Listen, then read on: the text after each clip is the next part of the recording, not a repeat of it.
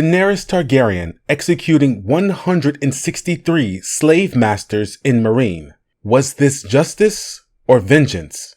How do her actions in Meereen foreshadow what's to come when she finally arrives in Westeros?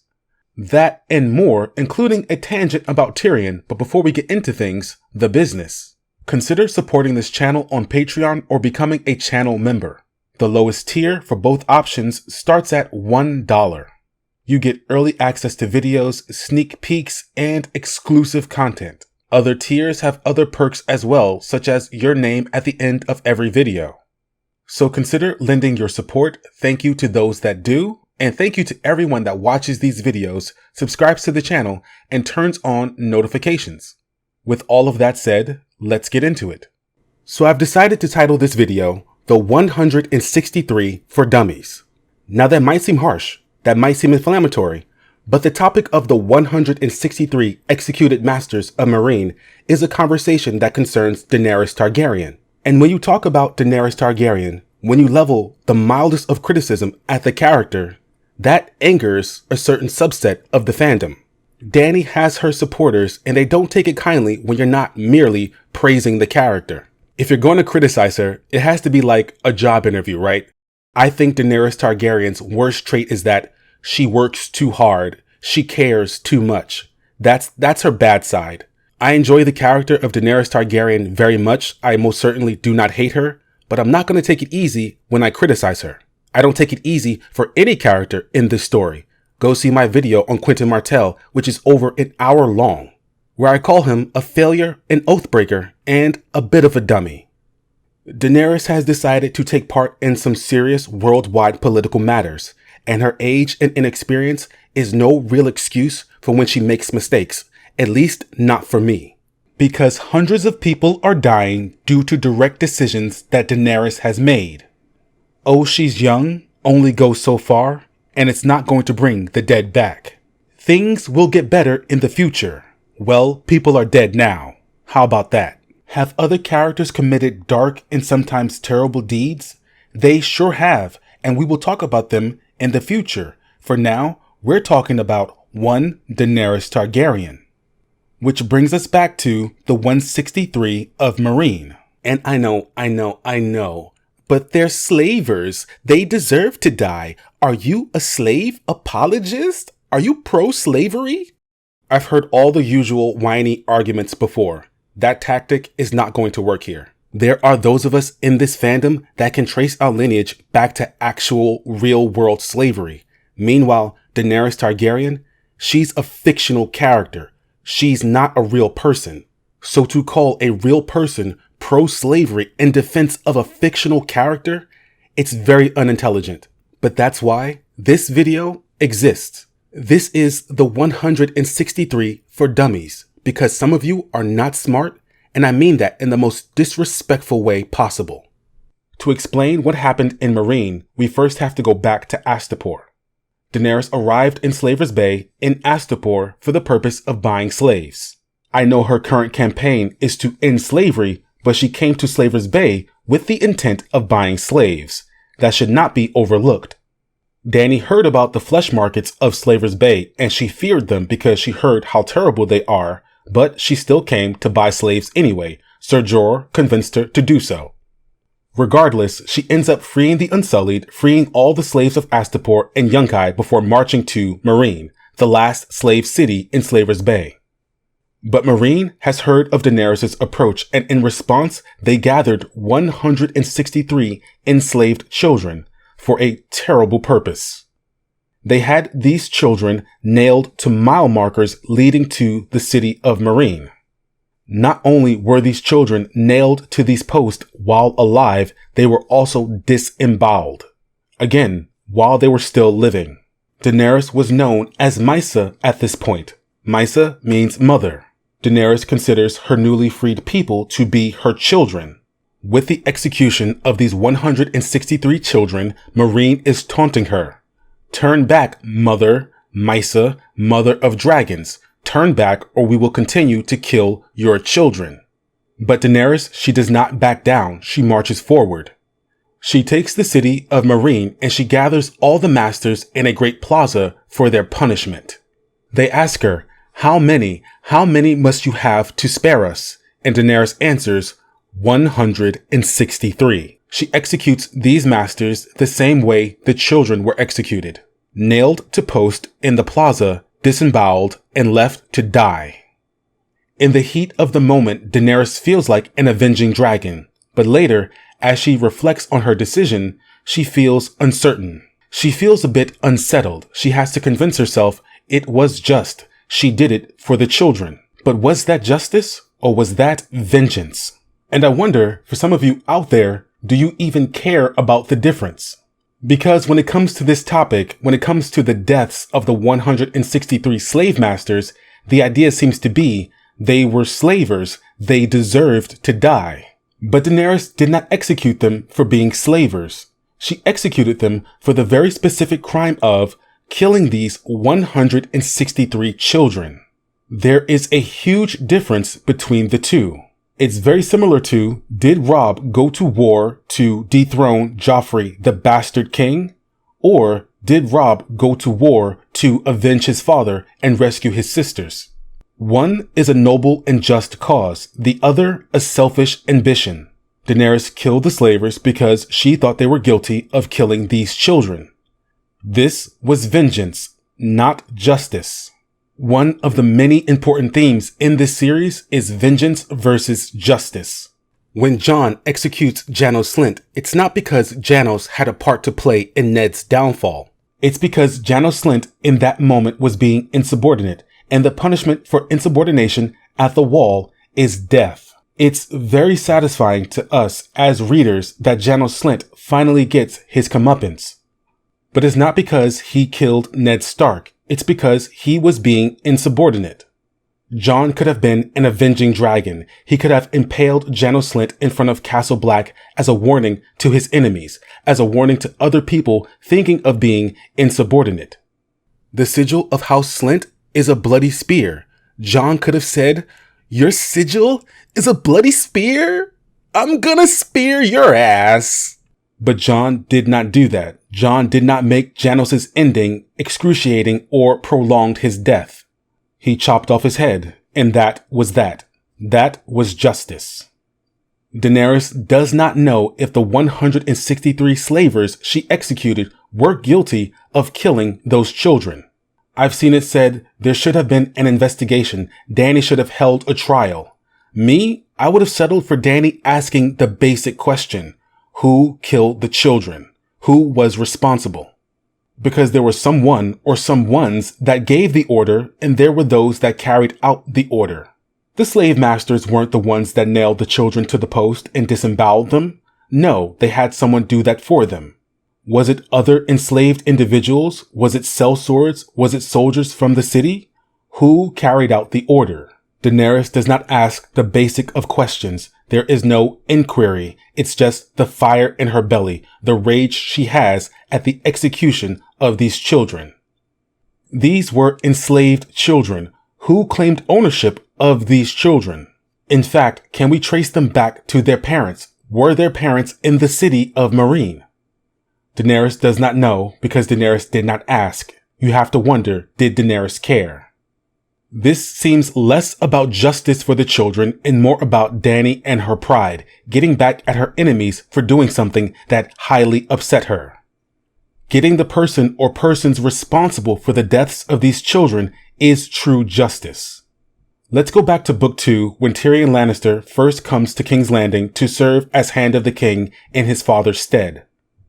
One of the first issues Tyrion has to deal with is the death of one of Robert's bastards and her mother, ordered by Cersei Lannister. Cersei ordered the deaths of two of Robert's bastards, a girl named Barra and Gendry. Gendry managed to escape King's Landing before the Gold Cloaks could get to him. His half-sister Barra was not so lucky. Barra was, a couple of weeks old when Janos Slynt and a man called Alardim, a member of the Gold Cloaks, went to the establishment where Barra's mother worked. Barra's mother was very, very young. She was a sex worker at Chataya's brothel.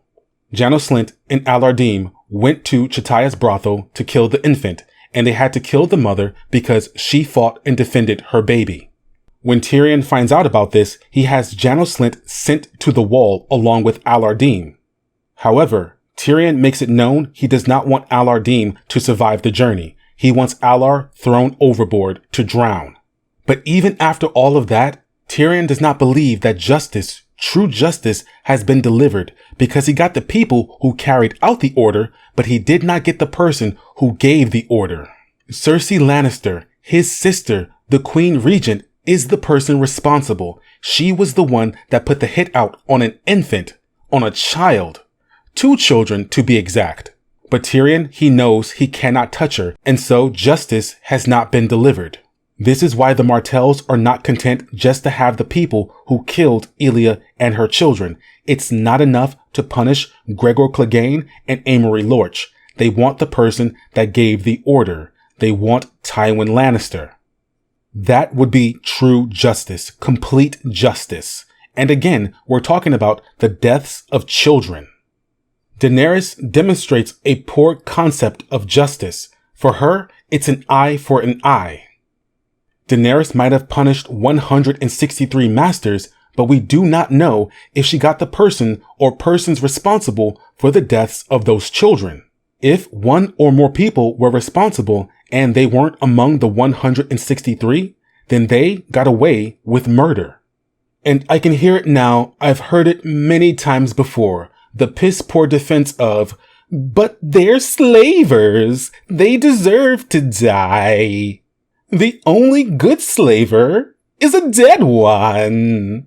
If Daenerys rolled into Meereen and executed the masters for the crime of slavery, that would be something different. But that's not what happened. Dany executed the 163 for the crime of killing 163 enslaved children. But were they guilty of killing these children? We do not know because Daenerys never asked. Now, would Daenerys have gotten an honest answer if she did ask these slavers if there was a trial? I highly doubt it. But the lack of an inquiry is very concerning because how Daenerys treats her enemies now in Essos is how she will treat her enemies when she comes to Westeros. This is why I don't support the Daenerys doctrine of go, Dany, go, burn, kill, destroy. They're your enemies. They deserve to die. Send them to hell.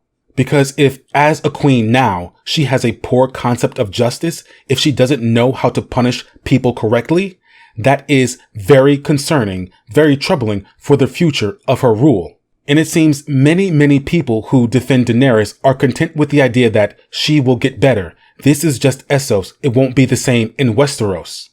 Essos is not a sandbox for Daenerys to train in. Meereen is not a tutorial on how to be a monarch. We have to get out of the mindset. We have to get ourselves out of this chokehold of Daenerys will be better in the future. The ideal Daenerys is in Westeros. Just you wait. Daenerys is queen now. This is not a practice run. This is the real thing. Lives are at stake. And to say, but they're slavers. Are you a slave apologist? It's a weak defense. And yes, it's a very real thing that Daenerys defenders will call real people slave apologists, slave defenders for criticizing Daenerys and her campaign in Slaver's Bay. But criticizing Daenerys and her rule is not support of slavery. What Daenerys did was not justice. The text makes that very clear. That's why afterward, when Daenerys thinks about what she's done, she's very unsettled by her actions. She's almost disturbed. She has to lie to herself and tell her she did it for the children. What she did was just. She tells herself harsh justice is still justice, but she knows deep down she was wrong. Now, some of you might be thinking you don't care how slavers are treated. If they suffer a miscarriage of justice, who cares? They're slavers. The only good slaver is a dead one. But understand this. The slavers are Dany's enemies. How she treats her enemies now will be how she treats them in Westeros. If you're comfortable with how she treats her enemies now, if you're fine with her not delivering true justice in Essos, don't be surprised when it happens in Westeros. She's not going to magically become a new person when she crosses the narrow sea. You encouraged her, you cheered her to burn, kill, and destroy her enemies with no nuance. With no thought, just burn, kill, destroy, go, Dany, go. These are bad people, kill the bad people, right? Do not at all be surprised when it happens in Westeros, and more innocent people die. And some of you'll seize on that. You'll say, what do you mean innocent? They're slavers. They aren't innocent. You'll ridicule me for calling them people, but the slavers, despite their loathsome practices, they are people. The goal here is not to dehumanize the enemy. That's the pitfall Martin wants us to fall into. To adopt the callously cruel mindset of, but they're slavers. It doesn't matter what happens to them. It's okay if Dany mutilates them, burns them alive, what have you. It's the slavers that dehumanize. They mutilate little boys by the thousands. They train little girls in the art of pleasuring old men. They treat men like beasts and pin them up in cages. They skin people alive. They use people as target practice. It's very doubtful in this series that's very much anti-war that Martin doesn't want us to think how a character treats their enemies, regardless of how vile their enemies are. And one of you might quote that passage from Fever Dream, and I'm pretty sure most of you haven't actually read it. You just saw someone do it on Twitter. The whole quote about slavery ending in fire and blood. Have you actually read the book though? Because I can show you my paperback copy and my digital copy. How about it?